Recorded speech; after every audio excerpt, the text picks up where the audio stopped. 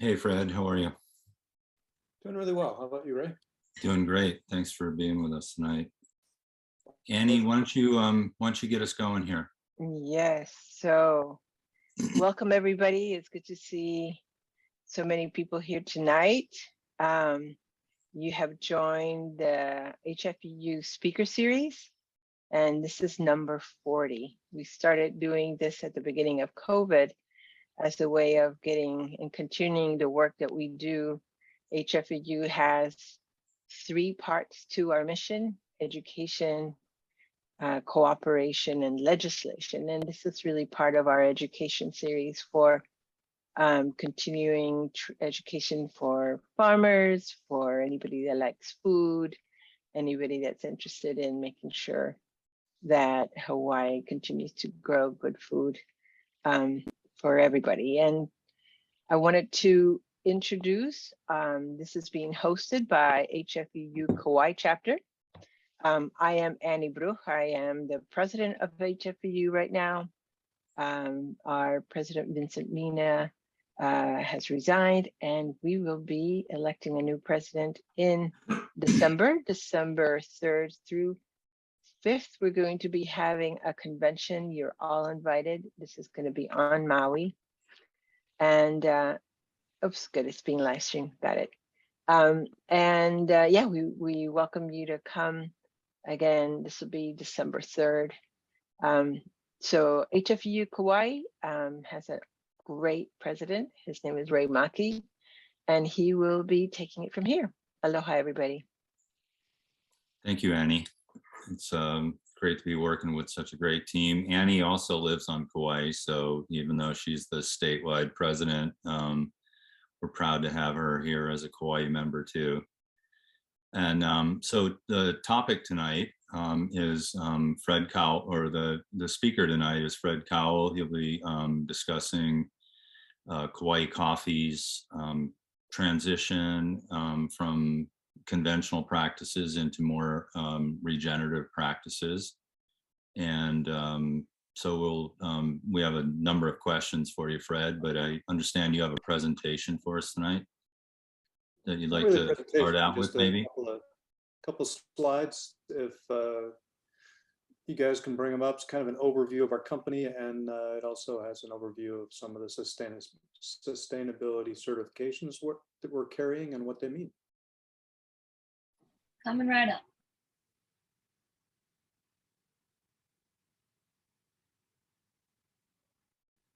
Very cool. So I don't want to get into too much detail. The business of growing coffee is complicated at best. Kauai coffee is vertically integrated, meaning we do everything from the very beginnings of orchard work all the way through to coffee in our customers' cups or in our customers' hands. My team drew this up kind of as an example of following the path of the coffee from the orchard itself. So if you follow me from the top with the blue line there, comes out of the orchard, it goes to the wet mill. By the way, we started harvesting in earnest earlier this week. So we've got our harvesters out working. Our wet mill is where the fruit comes in and the pulp is separated. The fruit is washed and then it's dried. All of the magenta colored polygons there reflect where we've got quality control steps along the way. So we've got, after drying, we're doing cupping to make sure we don't have any defects. From there it goes to the dry mill. The dry mill is where the coffee, after it's stable at about 11% moisture, is milled, graded, and then bagged. We also have a quality control step at that point where we're cupping, taste testing our coffee to make sure it is what it's supposed to be, taste the way it's supposed to, and we're not carrying defects. We also get certification from the Department of Agriculture, and that's an origin certification. So if you're a Kona coffee grower from the origin of Kona and you're selling that coffee as an origin coffee, you have to have that certification stamp from the state. And then the green beans go into storage. From there, that's where most of the coffee that's grown in the state is sold, usually in green coffee distribution, 100-pound burlap sacks, and off it goes to whatever roaster it might be going to anywhere around the world. So I've kind of got a dotted line there. Worldwide, and even here in Hawaii, many of our coffee farmers live on the Mauka side of that dotted line. And that's basically the growing all the way through to the green coffee being ready.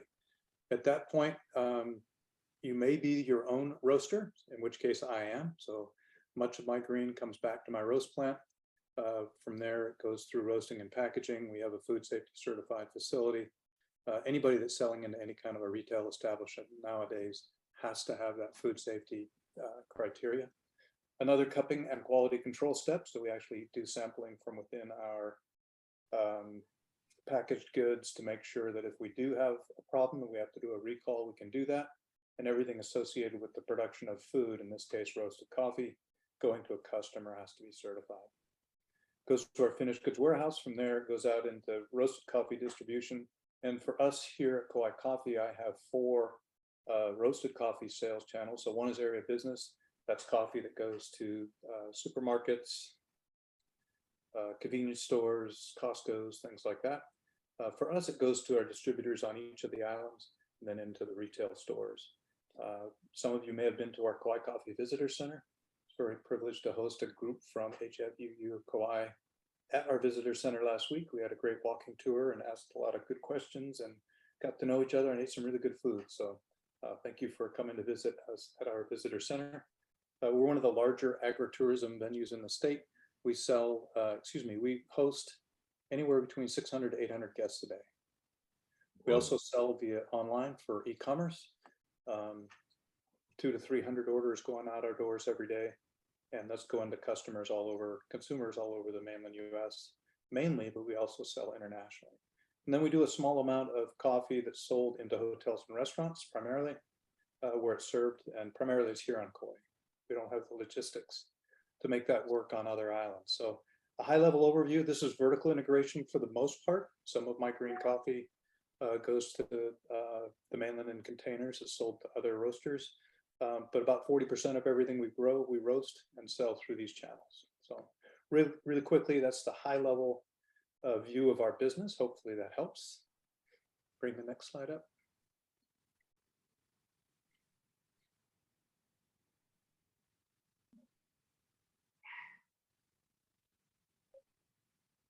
All right, so another graphic that we created. So we are carrying 3 certifications right now. Fair Trade USA certified, Rainforest Alliance certified, and then also non-GMO project verified. The reason we created the graphic is we began our certification journey about 3 years ago, almost 4 years ago now. It began for us with more sustainability from a soil point of view. So some of you may know Mr. Bob Schaefer, who's also on the call. Thank you, Bob, for being here. Bob is my Yoda. He's keeps me straight. He knows everything about soil, and he's really been a mentor in my path going forward. Turns out that Bob was actually a soil science agronomist, worked for my dad way back in the 80s and helped him win cupping awards way back in the last century. So thank you, Bob, for being here, and thank you for all your wisdom that you've added over these years. As I said, we began working mainly on soil projects and then began branching out further into these certification protocols. So the top 2 are the most arduous. The non-GMO project verified is more a verification of the ingredients within a packaged good. And in this case, once we can verify the source of the ingredients as being non-GMO, the rest of it is pretty straightforward. But the top 2 are certifications that have reams of criterion that we have to follow. And some of it deals with environmental and soil, but the bulk of it actually deals with community and whatnot. So fair trade is much heavier on empowerment of my team, and Rainforest Alliance is a little bit heavier on the environmental practices, but there are many of the criteria that overlap. I may have had the mistaken impression that if I'm living in a modern first world country with a bunch of organizations like OSHA and whatnot, that we're perfectly safe and everything's going to be good, and minimum wage and everything's going to keep us fine, but that's just not the case. Much of this had to deal with how my team is treated, how the community is treated, and is much broader than just the environmental. I mean, those things are environmental as well, but I was approaching it more from a land and soil perspective. So good with that. Thank you. you for those. Yeah, that's great. Thank you, Fred. I guess one thing we forgot to mention is that Kauai coffee is the United States' largest coffee plantation. And you're 3,800 acres. Is that what I remember from our? Yeah, our if I drew a perimeter around the farm, it would be almost 4,000 acres. If we take out roads and reservoirs and other things, it's closer to 3,000 acres. And then if I really get narrow and say only how many acres have trees on them, it's about 2,800 acres. So it represents about a third of the entire state's production. Likewise, for the most part, the entire country's production. There's a few hundred acres in California now. And right now we're a team of about 150 team members. Awesome. You know, I'd like to mention for our audience that if you have questions for us or Fred, please type them into the comments or the chat section.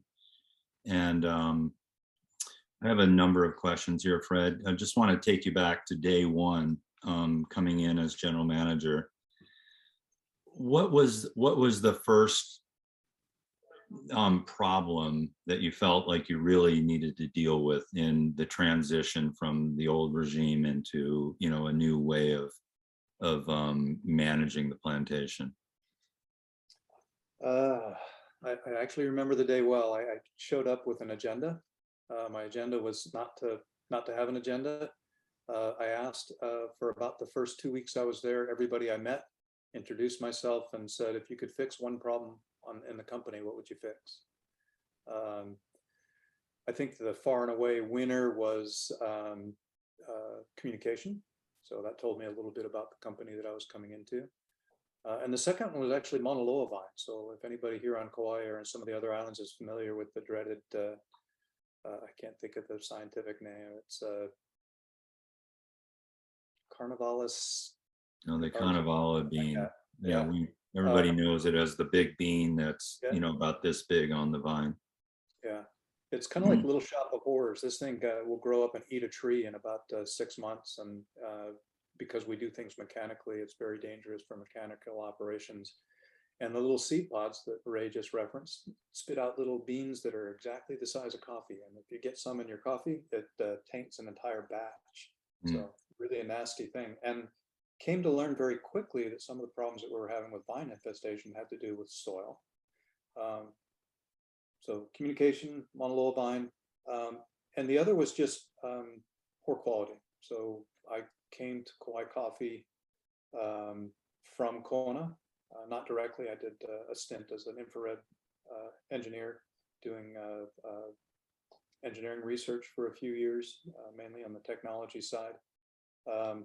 And I knew that if we wanted to change the trajectory of Kauai coffee, we had to deal with quality.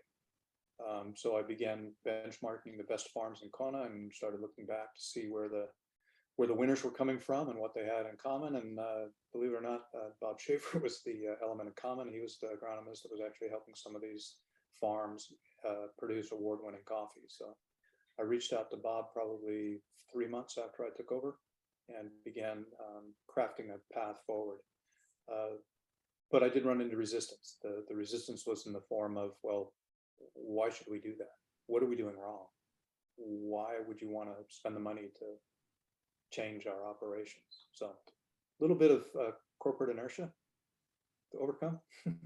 And the company that owns Kauai Coffee is the same entity that was running it before.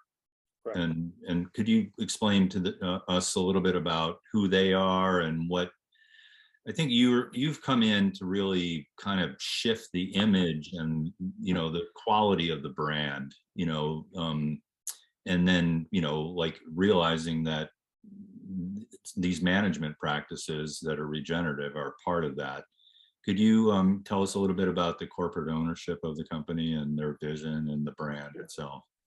One way to think about it, Ray, is the coffee company was a diversified ag experiment by Alexander and Baldwin. They began back in the mid to early 80s. My dad was actually one of the consultants that came over them and gave them some coffee knowledge at the time. It was built under a commodity coffee model. It was not built under a high quality specialty coffee model. A&B over the years began moving at that direction. Alexander and Baldwin, for all of their history, were primarily in sugar. They planted a good farm. They were not great farmers, and they didn't necessarily know coffee very well. In 2011, Massimo Zanetti Beverage, which is an international coffee conglomerate out of Italy, purchased a long-term lease from A&B for the coffee operations. So I work for Massimo Zanetti Beverage. And since 2011, they basically have been doing their best to change the trajectory of the brand. And when I took over, I basically said, we can do more to move the direction of the brand to be in line with what the Hawaii coffee industry needs. It needs to be specialty, it needs to be high quality. It isn't about volume, it's really about quality. So I view quality as two separate but very related things. One is the very objective measure, and we do it as a cup score, similar to scoring a wine. And our cup scores were okay, but they weren't great. And we certainly weren't competing with some of the other fantastic origins within the state, Kona, Maui, Kaua. And the other is the subjective aspect of quality. So if you think about it, what your customer or consumer thinks about you is nearly as important as what they can taste in the cup. And so we realized we needed to change both. And that's where the emphasis on not only soil care, varieties, processing to move the objective measure, we began looking at sustainability and who we are as a company to move that subjective quality perspective. That sounds really good. We have a question from the audience from James Roberts. And the question is, with concerns about long-term freshwater supplies in Hawaii, has there been any consideration given in your company to wastewater reuse for irrigation, water, and coffee production? Thank you. Great question, James. We're very fortunate to be, our farm is irrigated. So we inherited the legacy irrigation system from the sugar days. Some of the components are more than 100 years old. They're not as efficient as they could be. So that's one way for us to increase our efficiency, is to make better use of the water that we are using. We do use all of our wastewater back into our irrigation. So we take through a series of settling ponds, and that's the water that we used in our wet mill when we're actually processing the fruit to get it cleaned and dried. That goes up, it goes through a settling process, and then goes back into our irrigation system. Wells, can you hear me better? Can everybody else okay on sound? Yeah, you sound great here. Okay. Thanks for that question. Water is our livelihood, and we should guard it closely. So Fred, you arrived, you did your survey, got to really know the people, your staff, and understand what their impressions are of what needs to happen for the best outcome. And you brought Bob on 3 weeks later. What was the first thing you guys, Bob Schaefer, Hawaii Farmers Union member, by the way, our resident soil specialist. And so what were some of the first things that you really looked at beyond, you tested, I would imagine, everywhere, and take it from there? All right. Well, a little bit of a side note. Before I took the job at Kauai Coffee, I knew my engineering job was going to end. I was about to become a permaculture off-grid subsistence coffee farmer back in Kona. I was going to run chickens up and down my coffee rows. I still at that time had a 5-acre family farm in Kona. I explained to my wife how she would just need a part-time job and all the food that we would grow. So I was very deep into studying soil science at that point. How do we make this farm become our very livelihood, our subsistence farm? So studying Elaine Ingham, studying the soil food web very closely. And when Bob finally made a trip over to the farm, ironically, Bob had made a trip back to the farm around 2002, and they liked his ideas, but said, no, thank you. we began doing exactly what you described. It's, what is the condition of the soil? How is it different than when we tested it, let's say 2016, 14 years prior when we had done those tests. We began looking at how we use our compost differently. So we produce about 5 million pounds of waste pulp a year. Some of Bob's analysis said that we have roughly $300,000 of mineral nutrients that are hiding in our compost pile, and it was not being used well. The main means of weed control was chemical. If it's not a coffee tree, kill it, spray it. Understanding the soil food web and starting to understand what's going on with the microbiology in the soil. Obviously, the correct balance between your nutrients and micronutrients. Looking at our fertilizer schedule, we really just took a hard look at everything that was there, and that's when we began moving the direction we're moving. I wish, it's kind of like moving, turning an aircraft carrier. I wish we could just turn it like that. And we're still turning, unfortunately. We're not all the way around to where we want to be, but I think the path is in front of us. And so you mentioned, like, I guess in the overview of the whole operation, Roundup costs money. And so you were deferring that cost and then I guess spending extra money on mowing each row. Have you found that that had a net positive result economically and in the quality of the cup? We've done it in certain areas of the farm. Some areas of the farm are in solid ground cover. About 400 of our 2,800 acres are mowed versus sprayed. So we're getting there. One of the proposals that I would dearly like to take is a demonstration of the actual difference between the two farming techniques. If we had enough compost to fully treat the farm and we had the right implements to be dealing with mowing and weeds and the other things, what would that net effect be? And being that we've got years of data, we would be able to then look back and say, okay, this makes a difference in the yield, it makes a difference in the cup quality, it makes a difference in the maintenance cost. Those are the three things. And we measure it to a certain extent, but then differences in costs and other things haven't allowed us to come up with a direct comparison. I need a scientist to help me do that. Any volunteers? It's probably time too, right? I mean, how far into your process are you? Like in years, like we're about 20%. 20% to where you think you're going to be in the end. Yeah. So well, actually, yes, sorry, Ray. What I was going to say is we're actually, in terms of scientists, it's a good opportunity to say that you probably read news about Hawaii receiving $40 million for the climate smart commodities from USDA for a coalition that was led by UH. And HFBU is one of those partners. And we are going to be working with Kawaii and Maui growers in this. And one of our hopes is really, Fred, I'd like to do as part of that project is exactly that. Is there a way that we can measure the benefits, economic benefits of some of these practices? Because that's always the question at the end of the day. Are we going to be saving any money, having better quality? What is the end of the day results? Yeah.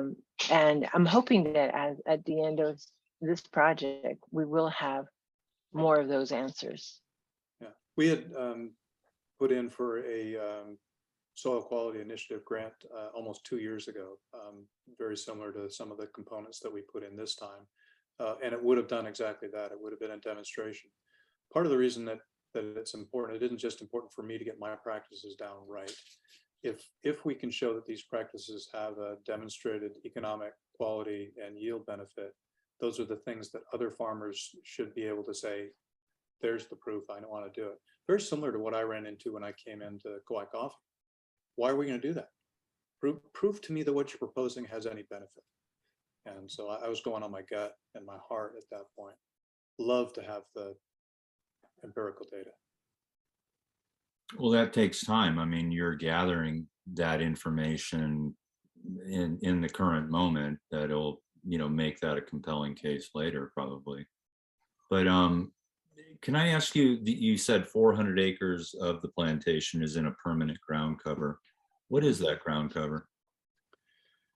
Well, some of it is well-mowed weeds. Okay. Weeds qualify as Grass. mature. Others of it are in ground cover that an engineered cover crop, as I call it, basically a cover crop cocktail.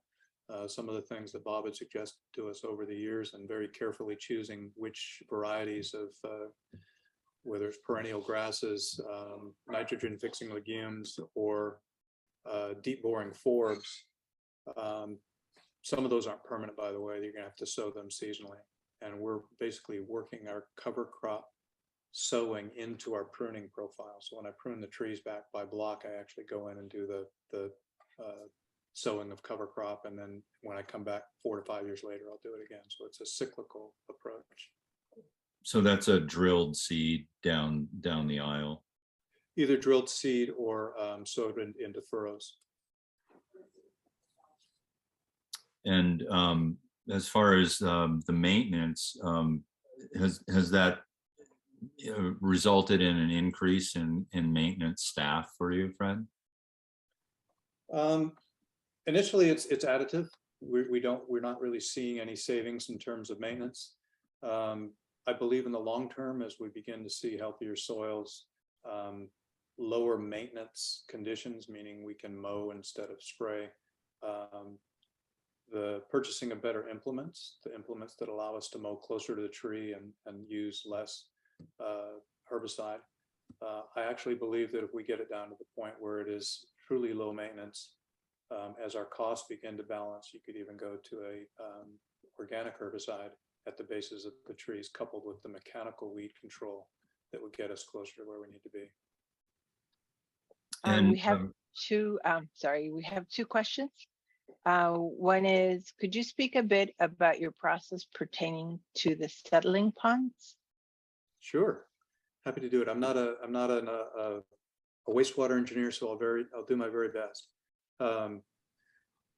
The wastewater from our factory is pumped up into settling ponds. So as it's working its way through the factory and the water is doing its work of both moving the beans as well as removing some of the sediment load, we have to deal with both the BOD and the COD.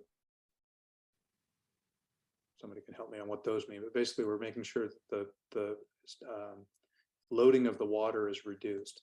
So I go through 5 different settling ponds, and it basically settles into one. Thanks for that, James. Settles into one, then flows into the next, then flows into the next. And then we're treating those settling ponds with EM, basically to digest the biological oxygen demand, and then the chemical oxygen demand is settling out. So we basically have a very low pH acidic component, but then over time it begins to settle out, and then it goes into after the 5 main small settling ponds, then goes into a larger reservoir where it's mixed with other water, and then we pump it right back into our irrigation ditch, and it's then distributed out into the fields themselves. Great, thanks. And then we have another question. Can you also speak to how the rising cost of fertilizer is playing into your decision making? How are you currently sourcing fertilizer, and where do you think that'll be in 5 years? All right, Andrew, see my gray hair?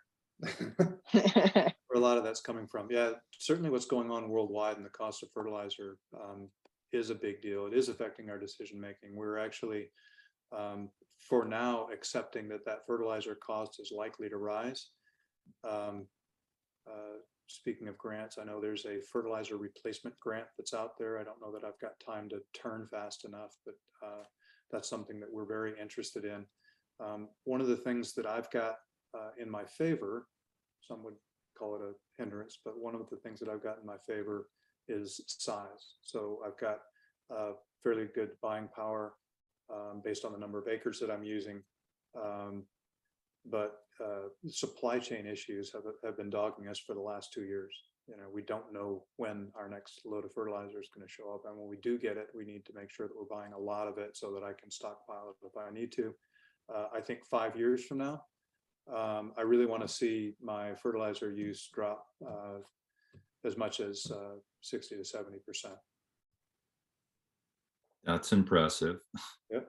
Well, I've got some folks whispering in my ear that it's possible, and it's actually been demonstrated on other farms in Kona. Fred, you mentioned that when you first arrived, was compost being produced at the plantation and reapplied to the soil? It was. So basically the waste pulp, primarily, the pulp is the fruity skin, the outside of the coffee seed itself, as well as the waste parchment, which is the leathery skin on the outside of the seeds, and then the chaff, which is the very like silver skin, almost like rice paper. All three of those were going into large collecting piles. Unfortunately, nothing was being done with them. Occasionally it would be used, but because it was not being thermophilically composted, we were basically putting all the weed seeds right back out into the field. So every time they used the compost, and it really wasn't compost at that point, it was more just mulch that was made up of leftover coffee skins. They would get these massive weed and vine outbreaks, which was counterproductive. As soon as we began turning it, adding oxygen, so aerobic composting, and adding some additional material to it, so my C to N ratio, we began getting something that was at least stable. It wasn't ideal yet, but at least it was stable. And we began using that, and we've used that very heavily over the last 4 years. Every time we replant a field, we basically harrow this material into the soil and let it break down even further. So the use of the waste pulp and waste stream is better than it used to be, but not at all where it could be. Do you have any? Sorry, Annie. Oh, just one more question that I'm seeing here from James. How do you plan to bring down the fertilizer use? Great question, James. If the soil health is not balanced, conventional farmers tend to make it up by just putting extra chemicals on it, extra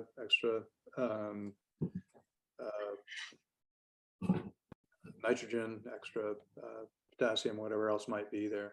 The increased soil health really allows the tree at that point to make use of the nutrients that are there. So that's why we wanted to focus on that. The other thing that is also in there is the content of soil organic matter. If your soil organic matter is not healthy, I don't have the ability for the microbes to live and breathe and do what they need. So the soil organic matter increases, it lowers my fertilizer requirement. So kind of getting back to the water question that we had earlier, rough rule of thumb, according to some of the no-till experts across the nation, is a 1% increase in soil organic matter can reduce my water requirement by 10%. And with that comes the nutrient holding capacity that's in there. So think of that soil organic matter as a sponge within the soil that allows it to not only let the microbiology live, but acts as a sponge to hold that water.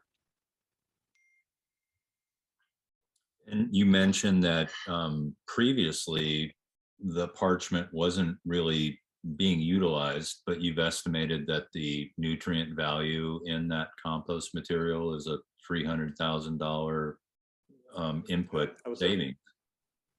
Yeah, rough calculation. So because coffee is grown all over the world, we know very relatively accurately what the makeup of the waste streams are, whether it's pulp or parchment or silver skin or otherwise. The other thing that, so with that, if we just take a rough calculation based on the volumes that we're producing, what is the value? How much potassium is there? How much nitrogen is there? How much phosphorus is there?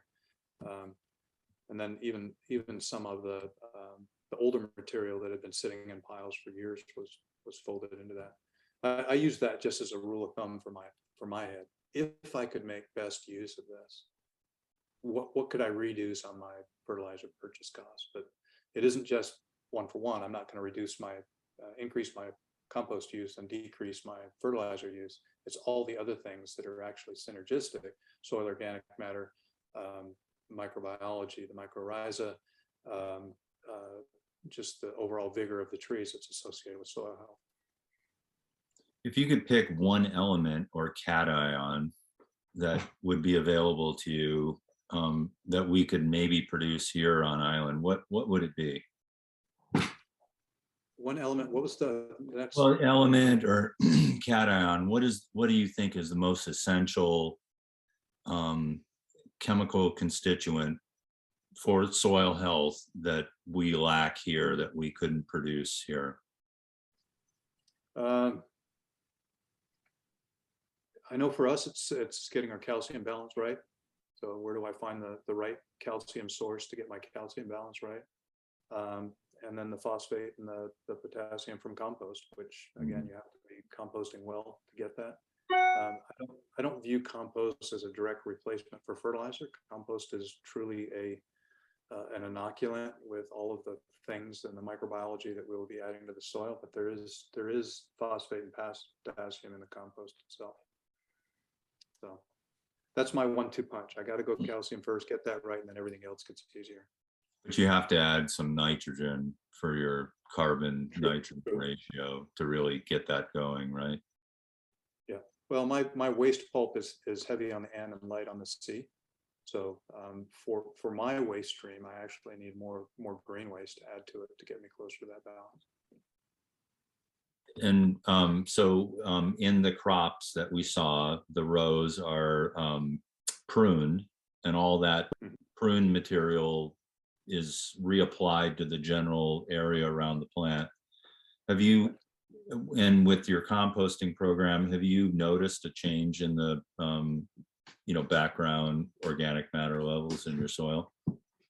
We haven't been calculating it just because our compost levels haven't been applied on a wide enough area. It's probably time for us to do some soil organic Definitely matter. get that baseline now, because that's a big part of the story later. Yeah. Let me write that down. Thanks, Ray. Hey, Bob, you online here? He's giving me my answers. What are you talking about? Bob Schaefer, calling Bob Schaefer. Well, maybe not, but he's still there. Yeah, he's there. It's probably might not be near a microphone. There he is. Hey, Bob. Sensei. Hey, Bob. He's Well, not anyway, muted. well, maybe we'll get back to him, but do you feel like we could produce that, some of that organic matter that you need to really finish your composting process that could be generated here on island for your, or on the plantation? Are there any plans to do that? Well, one of the difficulties of organic matter or compost is transportation. So what I do with most of my pruning is I actually mulch it in place and let it go directly into the soil. For me to collect it up, take it to another side of the farm, put it in the compost, and then bring it back out again is a little bit counterproductive. There is a huge amount of green waste that's collected island-wide. We do have a green waste disposal problem, and some of it's being used very well, but others of it are not. Love to have access to clean green waste, and even go further into food waste, and by animal waste, I mean more fish and beef offal and some of the others. I think it's available. It's just a matter of getting it to the farm in an economic fashion and then putting it to use. I think at that point, anytime you go to all that effort to bring it and collect it, you want to be able to using it as close to where you're doing that processing, and then off you go.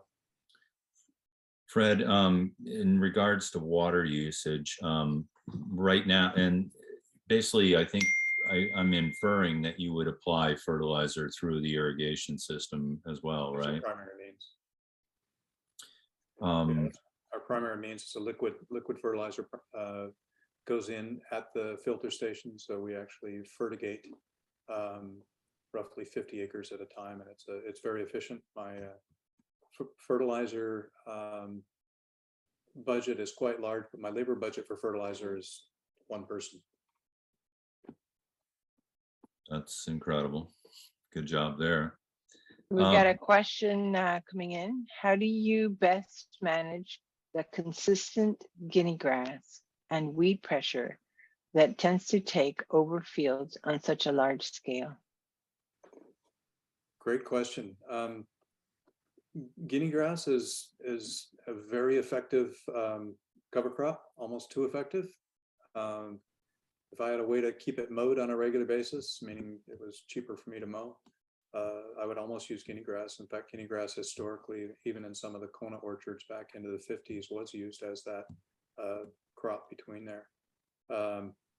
The other noxious things, I mentioned Mauna Loa, we've also got Lob Lob, we've got Mali Pilau, we've got Morning Glory, any number of those. A lot of it comes down to, treating those or cutting them at the right time. You wait until a Mauna Loa vine is draped over the top of your farm, and you're going to have a whole lot of work to do. But if you can catch it when that little seed pod is just popping out of the ground, you've got an easier chance of fighting it.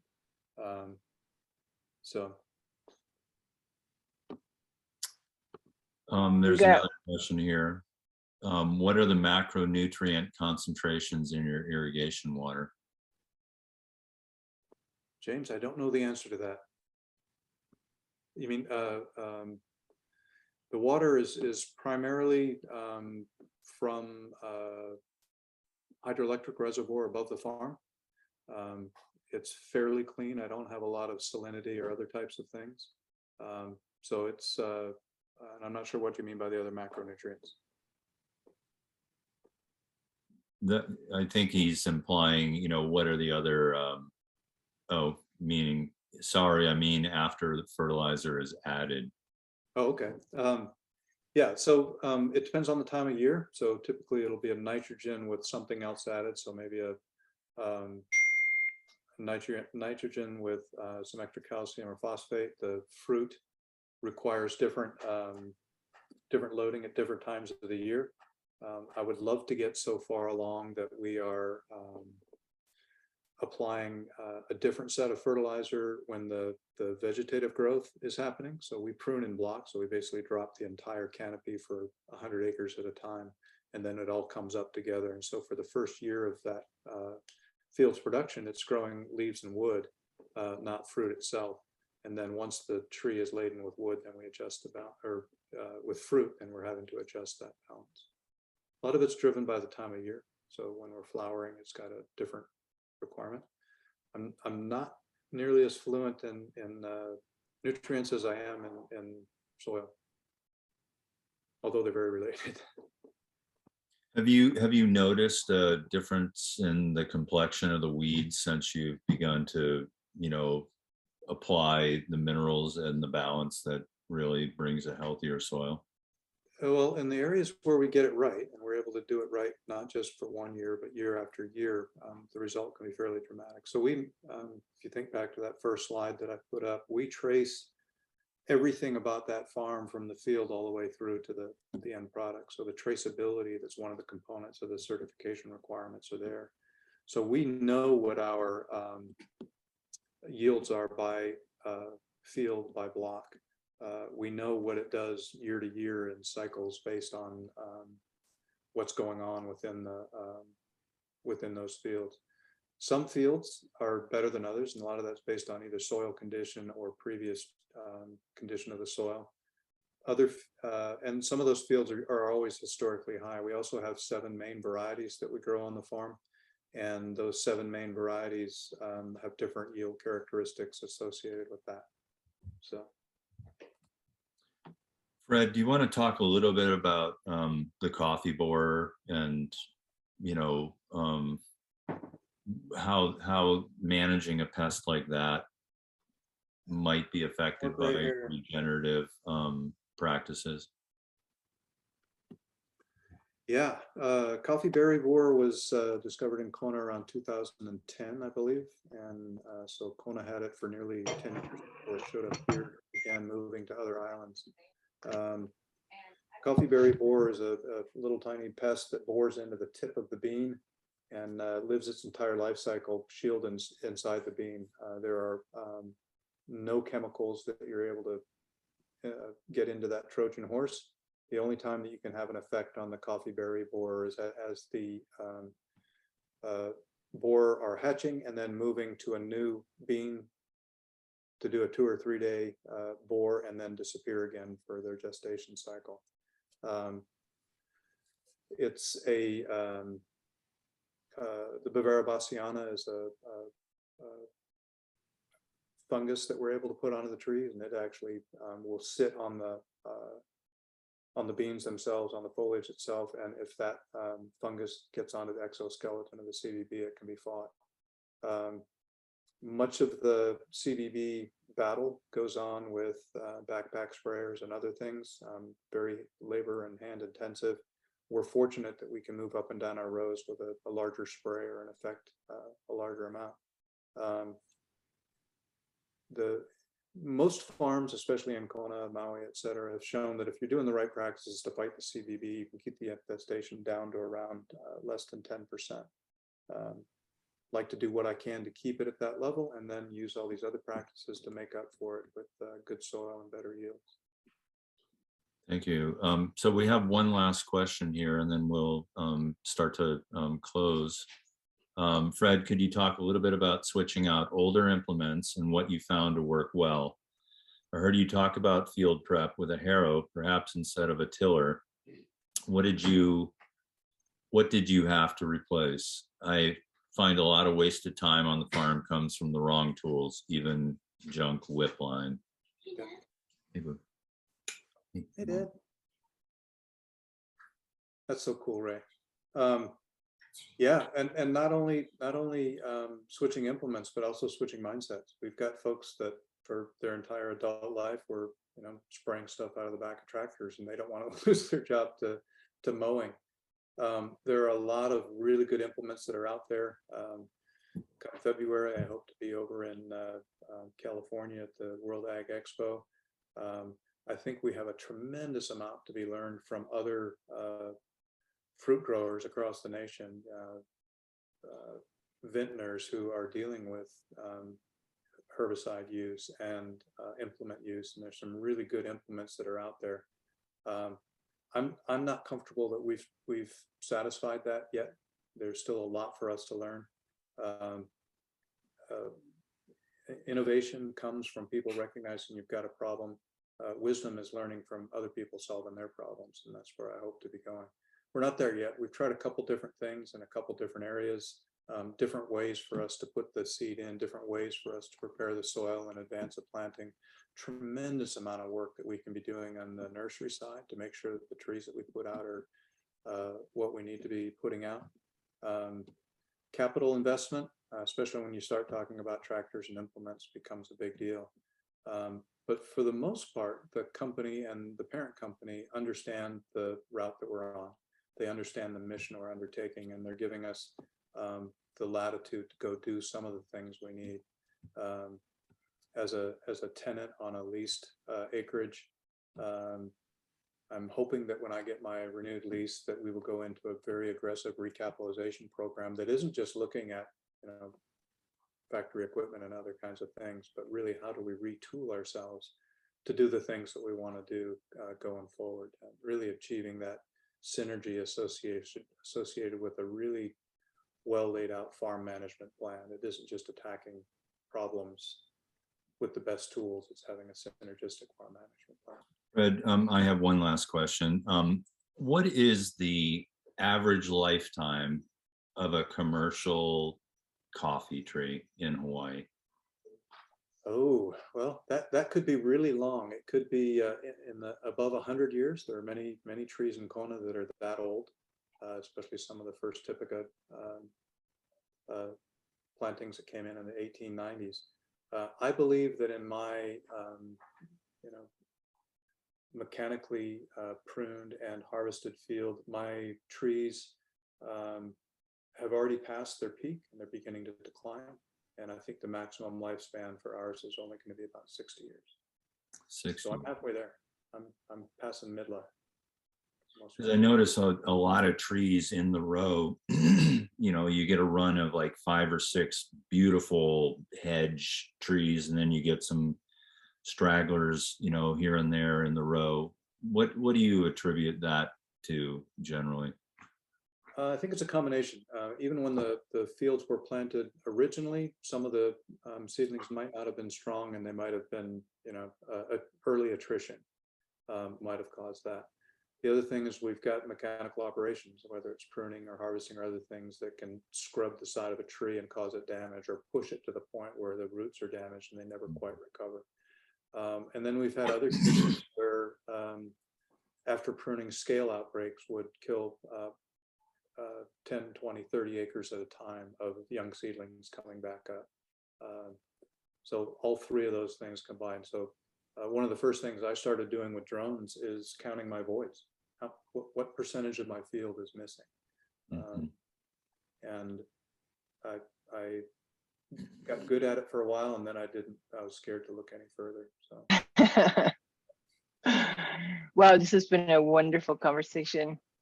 One last question, and then we were going to wrap up. Our participants got Christian Kimo Court. Aloha, have you encountered CLR? And if so, what have you found to be the most effective fungicide and or procedures to fight it? Real quick answer, Kimo. Yes, we have. And the most effective thing is soil health. A weak tree is vulnerable. And that's one of them, one of the main ones. And there are a few fungicides that are out there. The copper-based tend to be fairly good. There are some systemic that are out there as well that are now being tested, and there's a lot of good studies going on to check what's effective. The other thing that we've got going in our favor that other farms may not, and I'm not sure if you've got coffee here on Kauai or elsewhere in the state, Kimo, but good airflow, good sunlight. In my case, I don't have a tremendous amount of natural rain. I'm in only about 30 inches a year, and then we supplement with irrigation. So I'm not in a naturally damp environment. So all of those things combine. Will work well. All right.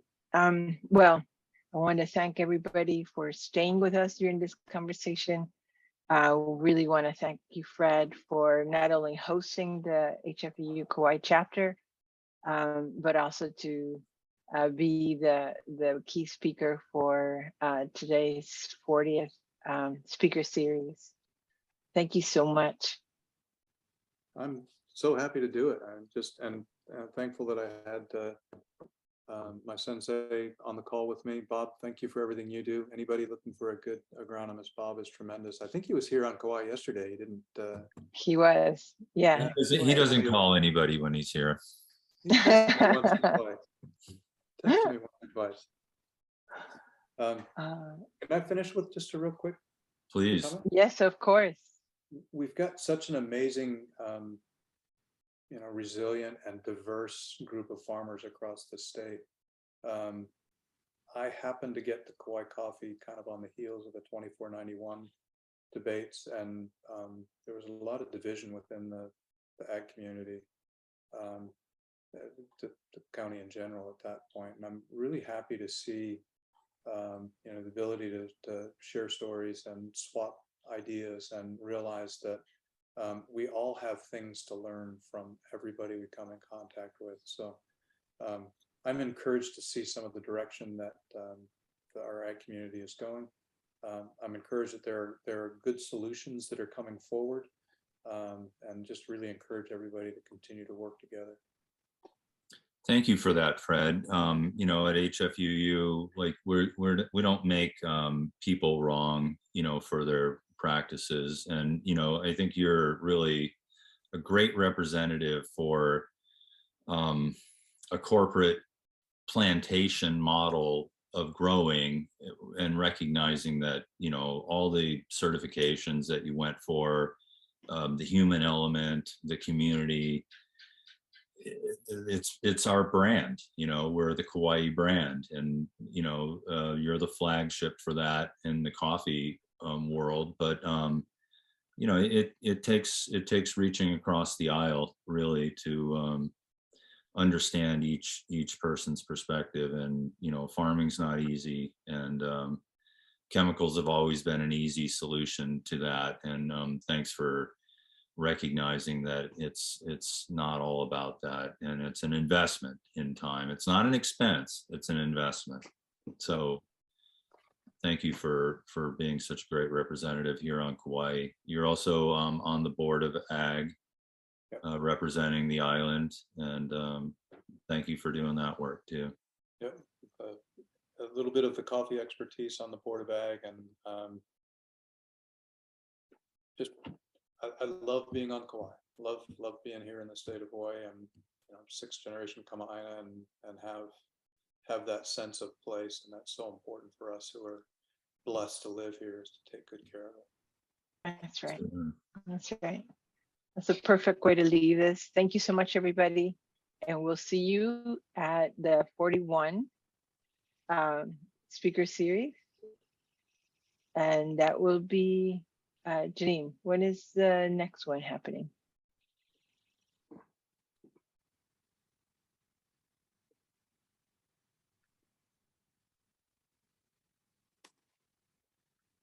Whoops. Well, it's next month. Each chapter is doing you know, one presentation a month, and then we have some other.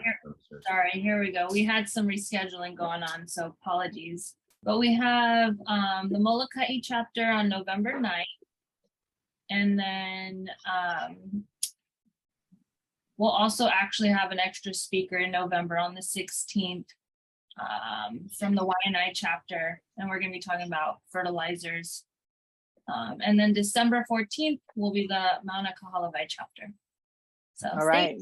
So yeah, so keep an eye out for those upcoming ones. And we hope to see you on Maui for our convention.